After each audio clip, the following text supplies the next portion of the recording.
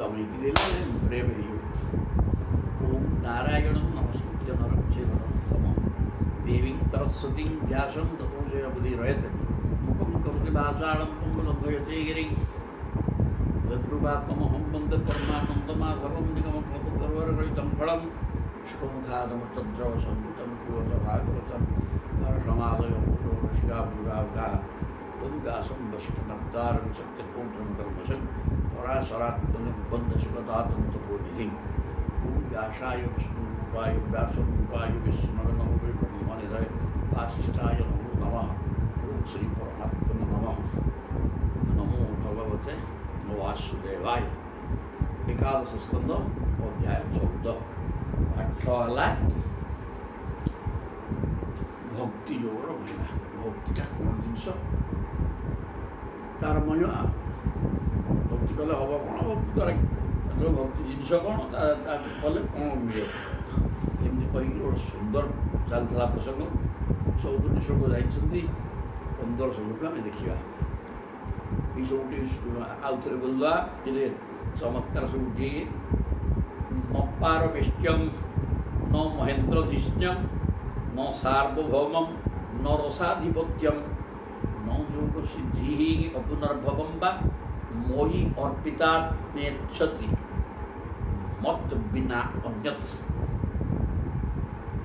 मेरे बापा भक्ति गोटे अद्भुत जिन थे मो सहित संपर्क रखी किसी अनुभव करदेला सी व्यक्ति मत बिना अन्यत किंचित न इच्छत मो व्यतीत अन्य कौन जिन सुख लगे कि चाहिए सी ये आठ बड़ी बड़ बाट किसी नहीं ये घरे कौन दरकार जा कहीं ना न पार्सी कि चाहिए न पारमेष्ट्यम ब्रह्मलोक तू ब्रह्मा करदे क्या छड़ा दरकार न महेन्द्र धीष्णम इंद्र पद विद्या हम ना इंद्र से जोड़ा भी दरकार नहीं सार्वभौम न सर्वभूमे अधिपति समस्त भूभाग रजा ना दरकार नहीं न रसाधिपत्य रसातल तलातल फातला तल लोकर अधिपति ना नहीं दरकार नहीं न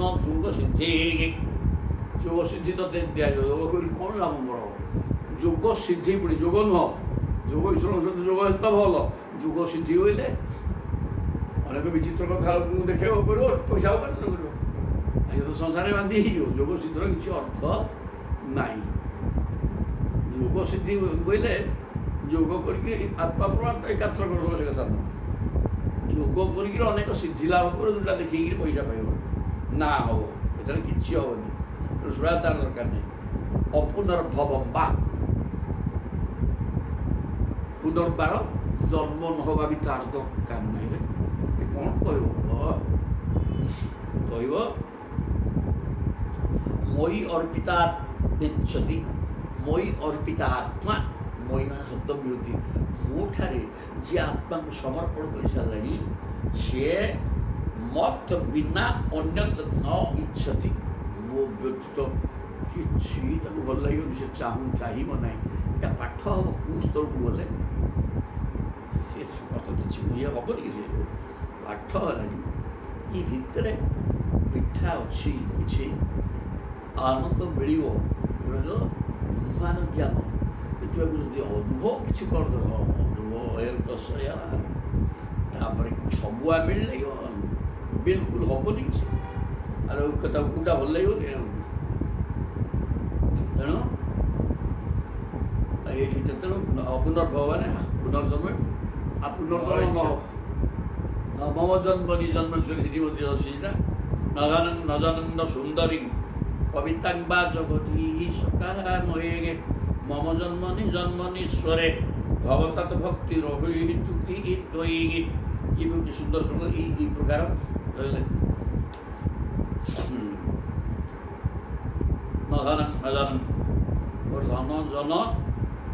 नदनं न सुंदरी कवितांबा जगदीश काम है सुंदरी स्त्री गोटे निश्चित आ गए कविता कविता ना बढ़िया लिखा लिख पांडित्य प्रकाश कर ଜଗତରେ ପୂଜ୍ୟ ହେଇଗଲେ କିଛି ଗୁଟା ଦରକାର ନାହିଁ। ହେ ଜଗଦୀଶ, ମୋର କୌଣସି କାମନା ନାହିଁ, କିନ୍ତୁ मम जन्मनि जन्मनीश्वरे न धनं न जनक न सुंदरी कवितं वा जगदीहि सकामये मम जन्मनि जन्मनीश्वरे भवतार भक्ति रही कि तुई तेणु मत जिते थर जन्म दियो से मोर कौन आपत्ति नहीं, किंतु मत तुम चरणार मन केन्द्र से कर माने जन्म हबार आपत्ति କିଛି ଅସୁବିଧା ନାହିଁ। କାକ ଘୁଷୁରୀ ଗୋଟେ କୁଆ, କୁଆଟା ଚଣ୍ଡାଳ ପକ୍ଷୀ, କୁକୁରଟା ଚଣ୍ଡାଳ ପଶୁ ନାଇଛୁ। କୁଆ ହେଇଥିଲେ ମଧ୍ୟ ସ୍ୱୟଂ ହନୁମାନ ଆସୁଛନ୍ତି ମୋଠୁ ରାମଚରିତମାନସ ଶୁଣିବା ପାଇଁ। ଆଉ ତାଠୁ ବଡ଼ ସୌଭାଗ୍ୟ ମୋର ପାଠ ରାମରାମ କହୁଛି। ଆଉ କୁଆ ହେଲେ ମୋର କ'ଣ ହେଲା, ମୁଁ ରୂପ ନେଇଛି ଶୀତରେ, ଶୀତ ତା ସବୁ ମୋର କିଛି ପ୍ରୟୋଜନ। ମୋ ଜୀବାତ୍ମା ୟା ଭିତରେ ବସି ତ ରାମରାମ ହେଉଛି, ରାମଚନ୍ଦ୍ରଙ୍କୁ ଦର୍ଶନ କରି ପ୍ରେମରେ ତାଙ୍କ କଥା କହିପାରୁଛି। ଆଉ ସେଟା କୁଆ ହେଲେ କେତେ, ଶାଗୁଣା ହେଲେ କେତେ, ବିଶ୍ଵା ଭିତରେ କୃମି ହେଲେ ମୋର କ'ଣ ଗଲା। ମୁଁ ସେ ଶରୀର ସହିତ ମୋର ତ କିଛି ସମ୍ପର୍କ ନାହିଁ। ମୁଁ ଶରୀର କ'ଣ ଅଛି କ'ଣ ନାହିଁ ସେଗୁଡ଼ା ତ ମୁଁ ଅନୁଭବ କରିବା ବ୍ୟବସ୍ଥା ନେଇ ଜୟ ଜଗନ୍ନାଥ କରିକି ଚାଲିଛି। ସୁନ୍ଦର କଥା କହିଲେ। ତେଣୁ ତାପରେ କହୁଛନ୍ତି ନ ତଥା ଏବେ ପ୍ରିୟତମ ହନ ଆତ୍ମଯୋନି ନ ଶଙ୍କର ନ ସଂକର୍ଷଣ ନ ଶ୍ରୀ ନୈବାତ୍ମା ଯଥା ଭବାନ ଭଗବାନ କୃଷ୍ଣ ସ୍ୱୟଂ ଉଦ୍ଧବ କହୁଛନ୍ତି। କଣଟେ କହିଦେଲେ, କହିଲେ ହରେ ବାପା ନ ତଥା ଆମେ ପ୍ରିୟତମ ଆତ୍ମଯୋନି ମାନେ ବ୍ରହ୍ମା। ବ୍ରହ୍ମା ମୋର ସେତେ ପ୍ରିୟତମ ନୁହଁ। ଆହୁରି ଶଙ୍କର ସଂ କରୋତି ଶଙ୍କର ସଙ୍ଗି କଲ୍ୟାଣମ, ଯାହାକୁ ସ୍ମରଣ କରେ ମଙ୍ଗଳ ହିଁ ମଙ୍ଗଳ ହେବ, ସାଂସାରିକ ଦୁଃଖ କଷ୍ଟ ଦୂର ରହିବ। ସେହି ପ୍ରକାର ଶିବ ଶଙ୍କର ମଧ୍ୟ ମୋର ପ୍ରିୟତମ ନୁହନ୍ତି। ସମସ୍ତେ ମୋର ପ୍ରିୟତମ, କିନ୍ତୁ ସେତେ ପ୍ରିୟତମ ନୁହନ୍ତି। ତ ସବୁଠୁ ପ୍ରିୟତମ କିଏ କହିବେ ନ ତ ସଂକର୍ଷଣ ଭଗବାନ ମୋର ଜ୍ୟେଷ୍ଠ ଭ୍ରାତା ଗୁରୁତୁଲ୍ୟ ବହୁତ ସମ୍ମାନ ଦିଏ, କିନ୍ତୁ ସିଏ ବି ସେତେ ପ୍ରିୟତମ ନୁହଁ। ନ ଶ୍ରୀ ମୋର ନିଜ ଘରଟାରେ ଲକ୍ଷ୍ମୀ, ସିଏ ବି ମୋର ପ୍ରିୟତମା ନୁହନ୍ତି। ନୈବାତ୍ମା ତଥା ଭବାନ, ନୈବାତ୍ମା ମୁଁ ନିଜକୁ ନିଜେ ବି ସେତେ ଭଲ ପାଏନି। ଶ୍ରୀ ନୈବାତ୍ମା ଯଥା ଭବାନ, ଉଦ୍ଧବଜୀ ତୁମେ ମୋର ଯେତିକି ପ୍ରିୟ, ମାନେ ଭକ୍ତଟାରେ ଉଦ୍ଧବ ଭକ୍ତ ନା ପକ୍କା ଭକ୍ତ, ହେଲେ ହି ପ୍ରଭୁ ଉଦ୍ଧବ ତୁମେ ହେଲ ମୋର ଭକ୍ତ।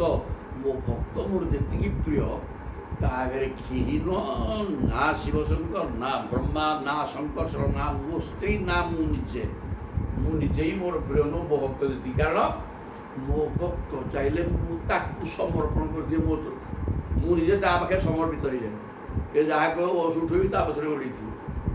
ତେଣୁ ପଛେ ପଛେ ବଛା ଗମେ କ୍ଷୀର ଲୋଭେ। ତେଣୁ ମୁଁ ସିଏ ହେଇଯିବ ଧେନୁ, ମୁଁ ତା ବାଛୁରୀ ପିଲା। ତାର ଯେଉଁ ଭକ୍ତି ରସ, ସେ ଭକ୍ତି ଭାବରେ ଯେଉଁ ଉନ୍ମାଦନା ଭାବରେ ସେ ରହିବ, ତା ପଛରେ ମୁଁ ଗୋଡ଼େଇଥିବି, ତାକୁ ଛାଡ଼ିକି ଯିବି କରେ। ସେ ତ ଭାବଭିତରେ ଏମିତି ବୁଡ଼ିକି ଥିବ ଯେ ମୋତେ ରଦାଳି ଲାଗୁଥିବ, ମୁଁ ତା ପାଖ ଛାଡ଼ିବାର ନାହିଁ। ତେଣୁ କେହି ମୋର ବି ପ୍ରିୟ ନୁହଁ। କି ପାଠ କହିଲେ, ତେଣୁ ରେ ସାଧକ ଟିକେ ଠିକ୍ ଭାବରେ ହୃଦୟଙ୍ଗମ କରି ଭଗବତ ସତ୍ତାକୁ ଅନୁଭବ କରିବାର ବ୍ୟବସ୍ଥା କରିଲେ ଆନନ୍ଦ ହିଁ ଆନନ୍ଦ ମିଳିବ। ପ୍ରଭୁ ଛାଡ଼ିକିରି ଯିବେନିରେ, କଦାପି ଯିବେନି। ଠିକ୍ ବାଟ ଦେଖେଇଦେବେ। ନିରପେକ୍ଷମ ମୁନିଂ ଶାନ୍ତଂ ନିର୍ଭୟଂ ସମଦର୍ଶନಂ ଅନୁବ୍ରଜାମ୍ୟହଂ ନିତ୍ୟଂ ପୂୟେୟ ୟଂକ୍ରିରେଣୁଃ। ଆଉ ସବୁଗୁଡ଼ା ଚମତ୍କାର ହେବ। ତାକୁ କହିଲେ ନିରପେକ୍ଷ ମୁନି। ନିରପେକ୍ଷ ମାନେ ଯିଏ ପ୍ରକୃତରେ ସଚ୍ଚା ଭକ୍ତି, ସେ କାହାକୁ ଅପେକ୍ଷା କରେନି। କାହିଁକିନା କେଉଁ ବିଷୟରେ ଆଜି କାଲି ତ ହେଉଛି, ସେ ଦେଖିବା ପଳେଇବା।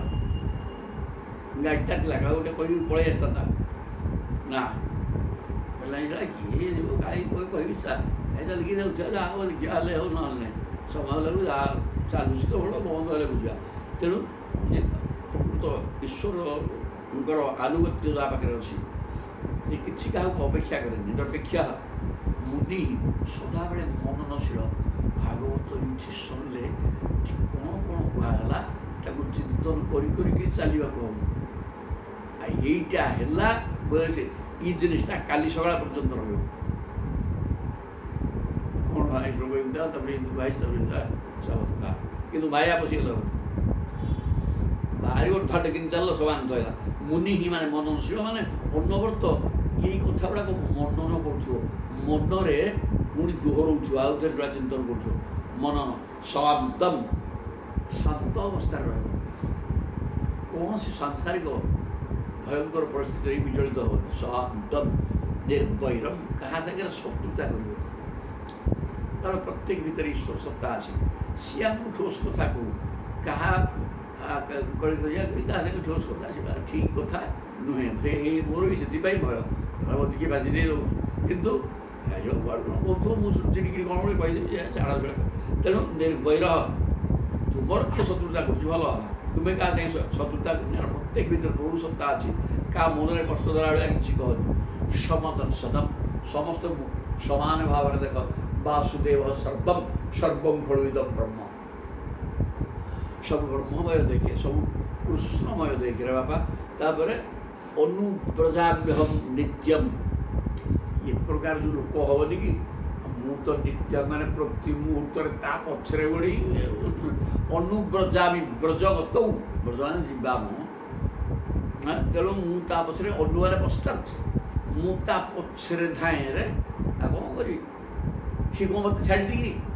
ଯାଉଛି ଆସୁଛି ସଦାବେଳେ ତ ମୋ ଚିନ୍ତାରେ ସିଏ ରହୁଛି। ଆଉ କ'ଣ ସିଏ ସଦା ସର୍ବଦା ମୋର ଚିନ୍ତନ କରୁଥିବ। ଆଉ ମୋ ଚିନ୍ତନ ଯଦି ଗଲା ଆଉ ସିଏ ମୋତେ ଛାଡ଼ିଛି କି, ତା ମନ ଛାଡ଼ିଛି ମୋତେ ନା ନାହିଁ, ତାହେଲେ ମୁଁ ତା ପଛରେ ଗୋଡ଼େଇଛି ବୋଲି କହିବି, ଅସୁବିଧା କ'ଣ ହେଲା? ଆଉ ତା ମନ ଭିତରେ ତ ମୁଁ ରହିଯାଇଛି, ଆଉ ତେଣୁ ତା ପଛରେ ମୁଁ ଯାଇ ଚାଲିଛି। ଏଇଆ ହେଲା ସୁନ୍ଦର କଥା। ତା ପଛେ ପଛେ ମୁଁ ଗୋଡ଼ାଏ, ଏତିକି ବୁଝିଗଲେ ଖାଲି ହେବନି। ଯେହେତୁ ତା ମନରେ ସେ ସଦା ସର୍ବଦା ମନନ କରୁଛି, ଚିନ୍ତନ କରୁଛି, ତେଣୁ ପ୍ରଭୁ ତା ମନ ଭିତରେ ପଶିକି ରହିଯାଇଛନ୍ତି। ଆଉ ତାହେଲେ ସେ ତା ପଛରେ ଗଲା ଫେରିଗଲାନି। ସୁନ୍ଦର କଥା। ନିତ୍ୟମ୍ ପୂୟେୟେତ୍ରି ଅଙ୍ଘ୍ରିରେଣୁଭି, ଏବଂ ତା ପାଦ ରେଣୁ ଦ୍ୱାରା ସେ ଯୁଆଡ଼େ ଯିବ ସେଟା ପବିତ୍ର ହେଇଯିବରେ। କାହିଁକି ନା ସେ ସଦାବେଳେ କୃଷ୍ଣମୟ ହେଇକିରି ଅଛି। ଉଦ୍ଧବଜୀ ତୁମେ ବି ସେଇମିତି ଜଣେ, ଯାହାଫଳରେ ହରିବ ଭଜ ପ୍ରଭୁଙ୍କର ପାଦ ରେଣୁ ଯାହା, ପ୍ରଭୁ ଭକ୍ତର ପାଦ ରେଣୁ ଠିକ୍ ସେଇଆ। କିନ୍ତୁ ସେ ସ୍ତରକୁ ଯିବାକୁ ହବ, ସେ ଲକ୍ଷଣ ଯାହା ଯାହା କୁହାଗଲା ସେ ସ୍ତରକୁ ଗଲେ ନେଇକିରି ହବ। ଖାଲି ନାକୁ ପ୍ରଭୁ ଭକ୍ତ ସେ ହେଲେ କିଛି ହେବନି। ତାପରେ କହୁଛନ୍ତି ନିଷ୍କିଞ୍ଚନା ମୟି ଅନୁରକ୍ତ ଚେତସଃ, ନିଷ୍କିଞ୍ଚନା ମୟି ଅନୁରକ୍ତ ଚେତସଃ ଶାନ୍ତାଃ ମହାନ୍ତଃ ଅଖିଳ ଜୀବ ବତ୍ସଳାଃ କାମୈଃ ଅନାଲବ୍ଧୟଃ ଜୁଷନ୍ତି ଯତ୍ ତନ୍ନୈରପିୟେକ୍ଷ୍ୟଂ ନ ବିଦୁଃ ସୁଖଂ ମମ ନଃ। କ'ଣ କହୁଛନ୍ତି? ମୋର ଅକିଞ୍ଚନ ଭକ୍ତର ଚିତ୍ତ ନିଷ୍କିଞ୍ଚନା, ନିୟର ନାସ୍ତି କିଞ୍ଚନ ଯସ୍ୟ, ଯାହାର ମୋ ବ୍ୟତୀତ ଆଉ କୌଣସି ଚିନ୍ତା ନାହିଁ। ସଂସାରଟା ଅଛି ଚାଲିଛି, କିଛି ଜଣା ଦରକାର ନାହିଁ ଆମର ଚିନ୍ତା କରିବା, ତା ସେ ଚାଲିଛି ସେମିତି ଆମର କ'ଣ ଚିନ୍ତା କରିବାର ଅଛି। କିନ୍ତୁ ସଦା ସର୍ବଦା ସମୟ ହେଇଗଲାଣି ତ ପ୍ରଭୁ କେମିତି ମନ ଭିତରୁ ନ ଯିବେ। ଦତ୍ତଂ ମନୁ ଯଦୁପତେ ତମିଦଂ ଗୃହାଣ, ମନୁଟା ବା ଗୋରୁଟାରେ ଥୟ ହୋଇକି ରହୁନି। ହେ ପ୍ରଭୁ ତୁମ ଚରଣାର ଭିତରେ ମନ ଥୟ ହୋଇକି ରହୁନି, କ'ଣ କରିବା? ମୁଁ ତାକୁ ସମର୍ପଣ କରିଦେଉଛି, ତାକୁ ଉଦ୍ଧାର କରିଦିଅ। ଦତ୍ତଂ ମନ ଦେଇଦେଉଛି, ମନଟାକୁ ଦେଇଦେଉଛି, ମାନେ ଦେଲେ ବି ସେ ରହୁନି ଠିକ୍। ତେଣୁ ତୁମେ ତାକୁ ନେଇଯାଅ ଏବଂ ତୁମେ କିନ୍ତୁ ତା ଭିତରେ ସେ ବ୍ୟବସ୍ଥା କରିଦିଅ। ନିଷ୍କିଞ୍ଚନା ମୟି ଅନୁରକ୍ତ ଚେତସା, ମୋ ଠାରେ କେବଳ ମୋରି ଠାରେ ହିଁ ଅନୁରାଗ, ସଂସାର ପ୍ରତି ଅନୁରାଗ ନାହିଁ। ମୁଁ ମୋର ଭାବ, ଅନୁରାଗ ନା ଆସକ୍ତି, ମୋର ଭାବ, ମୋର ସେ ମୋର ଭାବ ତାର କିଛି ନାହିଁ, ମୋ ବ୍ୟତୀତ ଆଉ କିଛି ତାର ମୋର ଭାବ ନାହିଁ। ଏଇ ପ୍ରକାର ଯେଉଁ ଲୋକଟା କ'ଣ କରିବ? ଶାନ୍ତା ଏବଂ ଶାନ୍ତ ହୋଇଥିବ। ସେ ମହାପୁରୁଷ ହେଉଛନ୍ତି ଅତ୍ୟନ୍ତ ଶାନ୍ତ ପ୍ରକୃତିର ମନୁଷ୍ୟ। ଶାନ୍ତା ମହାନ୍ତ ସେହି ମହାନ ଲୋକ। କାହିଁକି?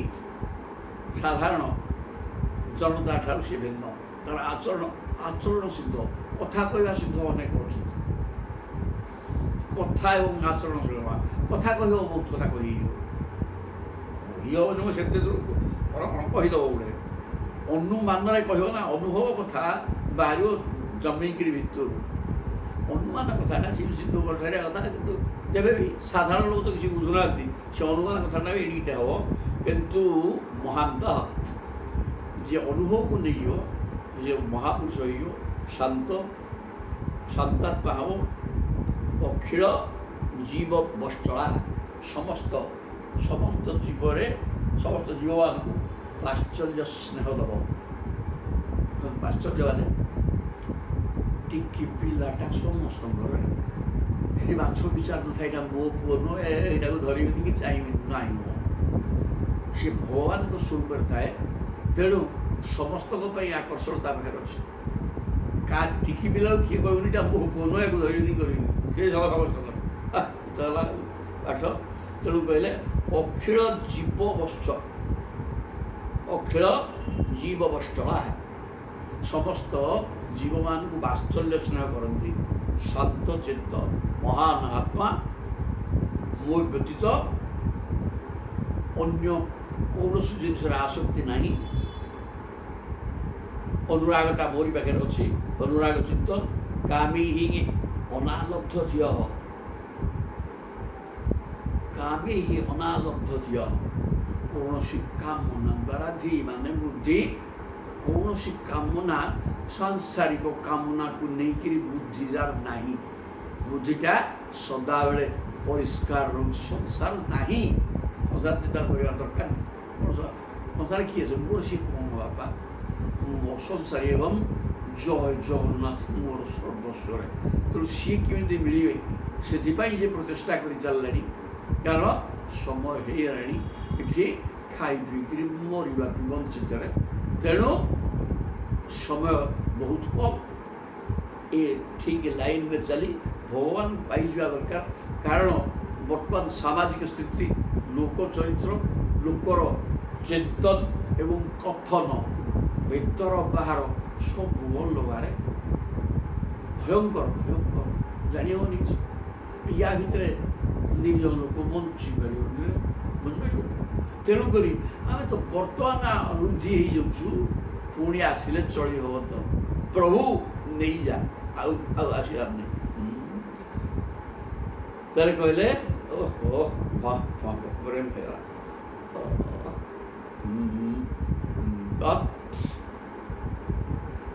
ନୈରପେକ୍ଷ କାମୀ ହିଁ ଅନାଲବ୍ଧ ଧିୟ, କୌଣସି କାମନା, ସାଂସାରିକ କାମନା ତାର ନାହିଁ। ଚୁଷନ୍ତି ଯତ୍ ଅହୈତୁକୀ, ତାଙ୍କର ବୁଦ୍ଧି କାମନା ଦ୍ୱାରା ଦୂଷିତ ନୁହେଁ। ସେ ତନ୍ନୈରପେକ୍ଷମ ନ ବିଦୁଃ ସୁଖ ମମ। ସେ ଯେଉଁ ଐକାନ୍ତିକ ସୁଖ ଅନୁଭବ କରନ୍ତି, ତାହା ଅନ୍ୟମାନେ ଜାଣିପାରିବେ ନାହିଁ। ଜୟ ଜଗନ୍ନାଥ, ହରିବୋଲ। ତନ୍ନୈରପେକ୍ଷମ ନ ବିଦୁଃ ସୁଖ ମମ। ସିଏ ମୋତେ ଅନୁଭବକୁ ନେଇ ଯେଉଁ ସୁଖ ଅନୁଭବ କରନ୍ତି, ତାକୁ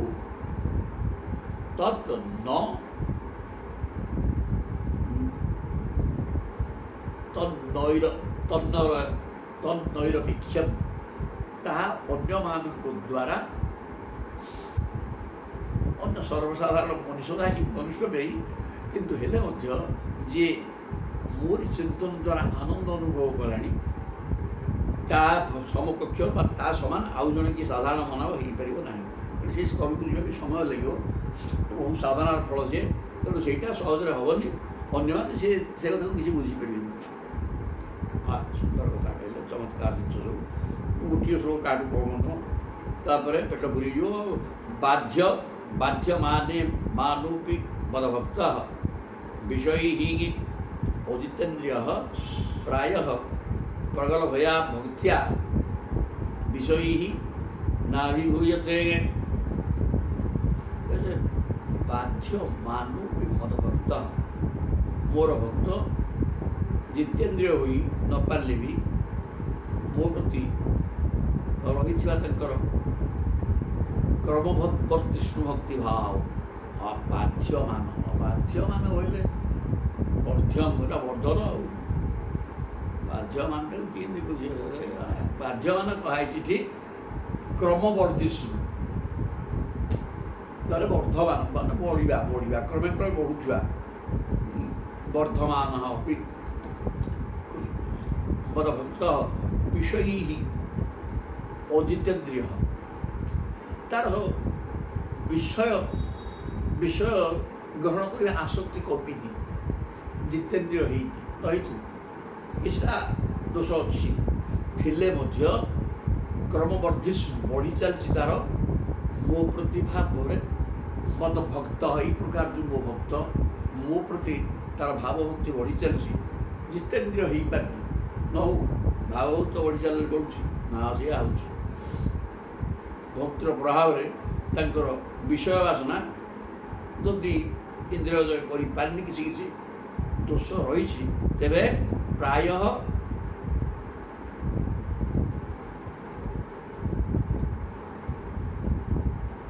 ପ୍ରଗଳଭୟା ଭକ୍ତ୍ୟା ବିଷୟୀ ନାଭିଭୂୟତେ। ଭକ୍ତିଭାବ ଯେହେତୁ ବଢ଼ି ଚାଲିଛି ଏବଂ ଭକ୍ତିଭାବର ଆଧିକ୍ୟ ଆସିଗଲାଣି, ଇନ୍ଦ୍ରିୟ ଅସନ୍ତତ ଅବସ୍ଥାରେ ଥିଲେ ମଧ୍ୟ ଜବରଦସ୍ତ ସଂଯତ ହେଇକି ବେଶୀ ସମୟ ଆଉ ଲାଗିବନି। ଯଦି କିଛିଟା ଦୋଷ ରହୁଛି, ଯିଏ ଭାବଭକ୍ତି ଯାହାର ବଢ଼ିଲାଣି ତାର ଇନ୍ଦ୍ରିୟ ଅସନ୍ତତ ହେଇକି ରହିବେନି। ଯଦି କେଉଁଠି କାଁ କ'ଣ ଟିକେ ଦୋଷ ରହିଛି, ସେ ଦୋଷଟା ଦୀର୍ଘ ସମୟ ରହିପାରିବନି। ପ୍ରାୟ ପ୍ରଗଳଭୟା ଭକ୍ତ୍ୟା, ଯେହେତୁ ଭକ୍ତିଭାବ କ୍ରମବର୍ଦ୍ଧିଷ୍ଣୁ ଏବଂ ବଢ଼ି ଚାଲିଛି, ସେ ଭକ୍ତିଭାବ ବଢ଼ିକିରି ସେକୁ ଇନ୍ଦ୍ରିୟ ସଂଯମ ହବାଟା କରିଦେବା, ଆଉ କିଛି ଅସୁବିଧା ହେବନି। ବିଷୟୀ ହିଁ ନାଭିଭୂୟତେ, ତାକୁ ବିଷୟ ଲାଗିବନି, ବିଷୟ ଭିତରେ ସେ ବସିବନି, ଇନ୍ଦ୍ରିୟ ସଂଯମ କ'ଣ କରିବ। ତାପରେ ଯଥାଗ୍ନି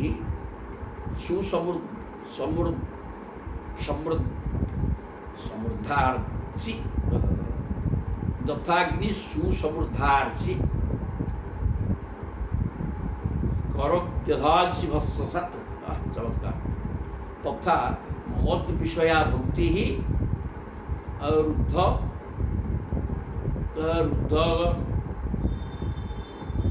ବୈନାଂଶୀ କୃଷ୍ଣସଃ। କହିଲେ ଯଥା ଅଗ୍ନି ସୁসমୃଦ୍ଧାର୍ଚି, ଯେମିତି ଅଗ୍ନି ମାନେ ଉତ୍ତମ ଭାବରେ ସମୃଦ୍ଧ ଅର୍ଚି ମାନେ ଶିଖା ଟିକି ଜୋରରେ ଦେଉଛନ୍ତି। ସମୃଦ୍ଧ ଅଗ୍ନି ଶିଖା ଟିକି ପ୍ରବଳ ଆକାରରେ ଅଗ୍ନି ବାହାରୁଛନ୍ତି, ଦ୍ୱିତୀୟ ଶିଖା ଟିକି ଏଇ ପ୍ରକାର କରୁତି ଏଧାଜି ବସୁ, ଯଦି ଯାହା କଞ୍ଚା କାଠ ପକେଇଦେଲେ ବସ ହେଇଯିବ, ପ୍ରବଳ ଅଗ୍ନି ଆଉ। ସିଏ ଯେମିତି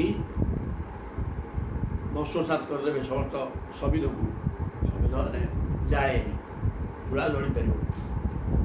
ତଥା ମଦ୍ ବିଷୟା ଭକ୍ତି, ସେମିତି ଯଦି ମୋ ବିଷୟକ ଭକ୍ତି ଭକ୍ତର ଜାଗ୍ରତ ହେଇଯାଏ, ମାନେ ଥରେ ଜାଗ୍ରତ ହେଇଗଲେ ଭାବନା ବା ଭକ୍ତି ଠିକ୍ ଅନୁଭବକୁ ପଳେଇ ଆସିଲେ, ସିଏ ମଧ୍ୟ ଆଉ କଟିବନି। ସେ ସ୍ତରକୁ ଯେକୌଣସି ସ୍ତରକୁ ଥରେ ତୁମେ ଚାଲିଯା, ଆଉ ଘଟିବନି, ସେ ସହଜ ଯିବ, ଯିବାର ପ୍ରଶ୍ନ ନାହିଁ। କାରଣ ସାଧନା କରି ସିଏ ଯାଇଛି ନା, ମାଗଣା ହେଇଛି ନା, ସମସ୍ତଙ୍କର ହବନି। ତେଣୁ ସେ ସ୍ତରକୁ ଯିବା ପରେ ସିଏ ଆଉ ବିଷୟ ଦ୍ୱାରା ଅଭିଭୂତ ହେଇକିରି ତଳୁ ଖସିବାର ପ୍ରଶ୍ନ ନାହିଁ, ଖସି ପାରିବ ନାହିଁ। ଭକ୍ତି ତଥା ମଦ୍ ବିଷୟା ଭକ୍ତି ରୁଦ୍ଧ ବୈନାଂଶୀ କୃଷ୍ଣସଃ। ଯେମିତି ପ୍ରଚଣ୍ଡ ଦୀପ୍ୟମାନ ଅଗ୍ନିଶିଖା ପ୍ରବଳ ଭାବରେ ଊର୍ଦ୍ଧ୍ୱକୁ ଶିଖା ଟେକି ରହୁଥିବା ବିରାଟ ଅଗ୍ନିକାଣ୍ଡ, ଯେତେ ଭସ୍ମ କାଠ ପକେଇଲେ ଭସ୍ମ ହେଇଯାନ୍ତି, ଠିକ୍ ସେମିତି ତଥା ମଦ ବିଷୟ ଭକ୍ତି, ମଦ ବିଷୟକ ଭକ୍ତିଭାବ ଯେତିକି ଜୋରରେ ଭକ୍ତିଭାବ ଜାଗ୍ରତ ହେବ ମନ ଭିତରେ, ସେ କାମନା ବାସନା ଇନ୍ଦ୍ରିୟ ଦୁର୍ବଳତା ସବୁ ପୋଡ଼ିକିରି ଭସ୍ମ ହେଇଯିବେ, ଆମେ କିଛି ସେ କାମ କରିବେ ନାହିଁ। ତାର ଭକ୍ତିଭାବ ଜାଗ୍ରତ ହେଇଗଲାଣି, ସଂସାରଟାକୁ ଛି କରିଛି ବୋଲି ଭାବ ଜାଗ୍ରତ ହେଉଛି। ସଂସାର ଭିତରେ ଯେ ଥାଉ ବେଳା ତାକୁ ଲାଗିବନି, କିଛି କାହା ସହ ସମ୍ପର୍କ ରଖିବନି, କିଛି କରିବନି, ତା ବାଟରେ ସିଏ ଥିବ, ସବୁଗୁଡ଼ା ସମସ୍ତେ ଶତ୍ରୁ। କେବଳ ଭଗବତ ପ୍ରେମୀ ଯିଏ ସିଏ ତାର ଅତ୍ୟନ୍ତ ମିତ୍ର ହେବେ ଏବଂ ଭଗବାନ ଏବଂ ଭଗବତ ପ୍ରେମୀ। ନିଜ ଲୋକ ଖୋଜିବ ତାର କିଛି ନାହିଁ, ସେଇମାନେ ହିଁ ନିଜ ଲୋକ, ଅନ୍ୟମାନେ ନିଜ ଲୋକ ହେଇପାରିବେନି। କାରଣ ଅସନ୍ତୁଷ୍ଟ ଅବସ୍ଥାରେ ଥିବ, ମନୁଷ୍ୟ ପଡ଼ିଆ ତା ପାଖେ ନାହିଁ, ତେଣୁ ସେ କାହା ସାଙ୍ଗେ ନିଜ ଲୋକ ଗୁଡ଼ା କାହା ସାଙ୍ଗେ ମିଶି ପାରିବେନି, କାରଣ ସେ ସ୍ତରରେ ସେ ନାହାନ୍ତି। ଜୟ ଜଗନ୍ନାଥ। ତେଣୁକରି କ'ଣ ହେବ, ଯେମିତିକି ସୁନ୍ଦର ଭାବରେ କହିଲେ, ପ୍ରବଳ ଭାବରେ ରହୁଥିବା ଶିଖା ଉତ୍ତୋଳନ କରିକିରି ଅଗ୍ନି ତା ଭିତରେ ଯାହା ପକେଇଲେ ଯଦି ଭସ୍ମ ହେଇଯାଏ ସମିଧ, ଠିକ୍ ସେମିତି ପ୍ରଚଣ୍ଡ ଭାବରେ ଉଦ୍ରେକ ହେଇଥିବା ଆମର ଭାବ ଭକ୍ତି ଭଗବତ ଚରଣାରବିନ୍ଦରେ ମନ ଯଦି ସମ୍ପୂର୍ଣ୍ଣ ମଜିକି ରହିଗଲା, ଆଉ ସାମାନ କି କୋଟି କ'ଣ ଇନ୍ଦ୍ର ଦୁର୍ବଳତା ପାଉଁଶ ହେଇଯିବ। ସୁନ୍ଦର କଥା, ଚମତ୍କାର। ସ ସାଧୟତିମାନ୍ ଯୋଗଃ ନ ସାଂଖ୍ୟନ ଧର୍ମ ଉଦ୍ଧବ ন ସ୍ୱାଧ୍ୟାୟ ତପତ୍ୟାଗଃ ଯଥା ଭକ୍ତି ମମୂର୍ଜିତା। ন ସାଧୟତିମାନ୍ ଯୋଗ ଭବତି। କହିଲେ ବାପା ଜଣେ ଯୋଗୀ ଯୋଗ କରୁଛି, ସେ ସାଧାରଣ କିଛି ଫଳ ନାହିଁ, ସେ ସହଜରେ ହେବନି। ଯୋଉଟା କ'ଣ ଏକାଗ୍ରତାର ସହ ବସିବ କ'ଣ, ସବୁଥିରେ ଭକ୍ତିଟା ବି ଏକାଗ୍ରତା, ଯେ ଏକାଗ୍ରତା ରହିତ କି ଗୋଟା କିଛି ହେଉନି। କିନ୍ତୁ ଯୋଗ କ'ଣ, ଆମେ ନିର୍ଦ୍ଦିଷ୍ଟ ପ୍ରାଣାୟାମ କରିବାକୁ ଏବଂ ପ୍ରଭୁଙ୍କ ସହିତ ଏକାକାର ହେବ। ଯୋଗ ହେଲେ ମିଶାଣ, ଜଣ ସହିତ ଆଉ ଜଣେ ମିଶିବ, ଆତ୍ମା ସହିତ ପରମାତ୍ମା ଏକତ୍ରୀକରଣ, ତା ନା ଯୋଗ। ନ ସମାଧି ନ ସାଧୟତିମାନ୍ ଯୋଗ। ଯୋଗ ଗୋଟେ ସର୍ବଶ୍ରେଷ୍ଠ ସାଧନ ନୁହେଁ ମୋତେ ପାଇବାକୁ, ହେଇପାରେ, କିନ୍ତୁ ଯୋଗ ସାଧନା କରୁଥିବା ଲୋକ କ୍ୱଚିତ ମୋତେ ପାଇବା ସହଜରେ ନୁହଁ, ଏଇଟା କଠିନ କାମ। ନ ସାଂଖ୍ୟମ୍, ସାଂଖ୍ୟ ଦର୍ଶନ ଅନୁସାରେ ଯାଇକିରି 25 ତତ୍ତ୍ୱକୁ ଭଲକିରି ବୁଝି ସହଜ କଥା ସିଏ ନୁହଁ। ଧର୍ମ, ସାଂଖ୍ୟମ୍ ଧର୍ମ ପ୍ରଗାଢ଼ ଭକ୍ତି ବଳରେ। ନ ସ୍ୱାଧ୍ୟାୟ ଅଧ୍ୟୟନ, ସ୍ୱାଧ୍ୟାୟ ଏଇ ଶାସ୍ତ୍ର, ବେଦ, ବେଦାନ୍ତ, ଉପନିଷଦ, ବେଦ ଦ୍ୱାରା କିଛି ହେବନି, ଉପନିଷଦ ଗୀତା ଭାଗବତ ଅଧ୍ୟୟନ ଯିଏ କରୁଛି ତା ନା ସ୍ୱାଧ୍ୟାୟ। ସେ ସ୍ୱାଧ୍ୟାୟ ଦ୍ୱାରା, ସ୍ୱାଧ୍ୟାୟ ତପସ୍ୟା,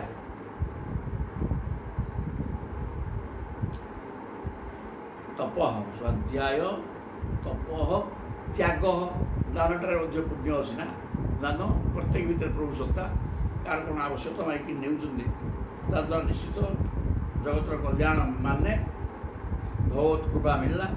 କିନ୍ତୁ ଏସବୁ ସାଧନା ଦ୍ୱାରା ଭଗବାନ ଯେତିକି ସୁଲଭ ନୁହନ୍ତି, ଯଥା ଭକ୍ତି ମମୂର୍ଜିତା, ମୋର ଶରଣ